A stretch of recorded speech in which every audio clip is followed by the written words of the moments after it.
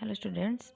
In this lecture we will study about how the condition modes, or you can mm, tell that how the condition flags influences the instructions execution. Okay, so in many processor the condition code flags are stored in the processor status register. Okay, as we know that there is a processor status register which displays the status of a processor, that means whether it is busy or not. Okay, so like this. Okay, so they are either set or, but that means this status register either set or cleared by many instructions. Okay, like if we will reset it, okay, then if we call a clear instruction, then it will clear all of the content, and again it will apply some new instruction to reset or to set a new value into it, so that they can be tested by subsequent conditional branch instructions to change the flow of program execution. Okay, so the status register is checked frequently, mm, to change the flow of program execution basically. Okay, so uh, that will do. And optimizing and compiler for a pipeline processor reorders the instructions, as we have already studied in the previous lectures, that we sometimes we have to mm, reorder the instructions to avoid the stalling of pipelines. Okay, like no operation. Okay, when in the I have already told you about NOP instruction, that is a no operation, and in when we are using no operation instruction, then we have to reorder the instruction. Okay, so some compiler uses this type of procedure, this type of approaches. Okay, so it is stalling the pipeline when branches or data dependency between the successive instructions occur. So in doing so, the compiler must ensure that the reordering doesn't cause any type of miscomputation in the output. Okay, so the dependency introduces by the condition code flags reduces the flexibility available for the compiler to reorder the instruction. Okay, so the condition code flag sometimes creates some dependency which reduces the flexibility. Okay, flexibility of executing the reorder instructions also. Okay, sometimes reordering instructions also creates some dependency. Okay, so let's take an example that there are three example, sorry, there are three instructions. One is R2.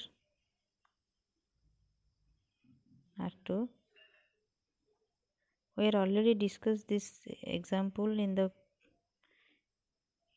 previous chapter, that is branch prediction. When I have told you about branch prediction, we have already taken this example. Okay, let me show it again. Okay, this one. Okay, this is the compare and this is branch. So assume that the execution of the compare and the branch here is greater than 0. I have taken is equals to 0. Okay, so instructions proceeds. The branch decision takes place in step E3. Okay, just take E3 rather than D2. Okay, because it is predicted, because it must avoid the result of the compare instruction. Okay, so result of the compare instruction will be written in the memory after this. Okay, so it will wait for the result of this compare instruction. Okay, so the execution time of the branch instruction can be reduced by interchanging the add and compare instructions. Okay, let this is the add instruction, let it will wait for the compare instructions to be executed. Okay, or the sometimes the that is dependency occurs. Okay, compare and add into dependency occurs, that's why you have to interchange these two instructions, like okay, like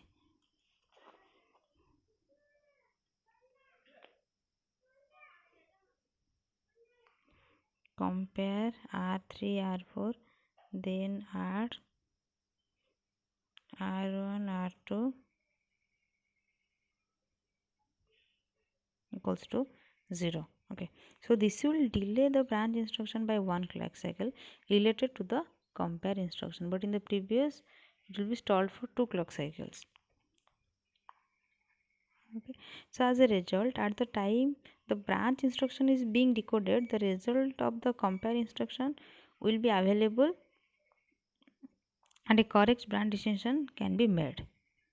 Okay, as it will wait for this compare instruction to be takes place, so after the stage of this execution it can take place. Okay, or the status register will be in the W. So in the E2 we cannot, when it is in the E stage it is in the D stage. Okay, so when, if this instruction like this, okay, it is in the E stage, then it will have to in the D stage. Okay, but during the decode stage we must have the value of this compare. Okay, either it is satisfied or not. If then we will go for execution, but these two are subsequent stages. Okay, so we have reorder the instruction, means after the execution it is in the execution stage, this is in the decode stage, and this is in the fetch stage. So when this branch instruction will go for decode, then it is already executed, so we have the value of compare instruction. Okay, so it will reduce the clock cycle stall. Okay, and we can made a correct branch decision, so that would no need for branch prediction. It's also, there is no need, as we don't have to predict the branch, it is already executed, and if it is taken, then it will give a sorry, it will give an give a signal. Okay, otherwise not. So interchanging the add and compare instruction can be done only if the add instruction doesn't affect the condition codes. Okay, if, okay, let me write it here. So this will be the rule, that interchanging the add and compare means you cannot change add and compare instruction every time. Okay, if the add instruction doesn't affect the condition codes, then you can change. Okay, or condition flags. Okay, because in between the compare and add instruction there is no dependency. If dependency occur, then the add instruction may leads to a side effects, or may leads to stall the pipeline process for somehow. Okay, so in that case we cannot interchange the add and compare instruction, it will be more complex. Okay, but if it is independent, then you can easily interchange these instructions. Okay, so what will be the conclusion of this observation, that first, to provide the flexibility in reordering instructions, the condition code flags would be affected by as few instructions as possible. Okay, let me write it. These are the conclusions of this observation, that to provide flexibility in reordering instructions, the condition code flags should be affected by as few instructions as possible. Means as less as instructions will affect the condition code flags. Okay, if the condition code flags will be changed in every instruction execution, then it will be more complex to handle this type of situation for a compiler. Okay, so you have to avoid this type of reordering instructions, means you have to reorder the instruction, but at the same time you have to reduce the complexity. Okay, to increase the flexibility. And second one is, the compiler should be able to specify in which instruction of a program the condition code flags are affected and in which they are not. Means the compiler has to detect that instruction which is going to which will affect the condition code flags much more, and which one is less. Okay, it has that capacity, that feature must be built in it, that it can easily detect that instructions which will affect the condition code flags. Okay, okay, so these are some conclusions.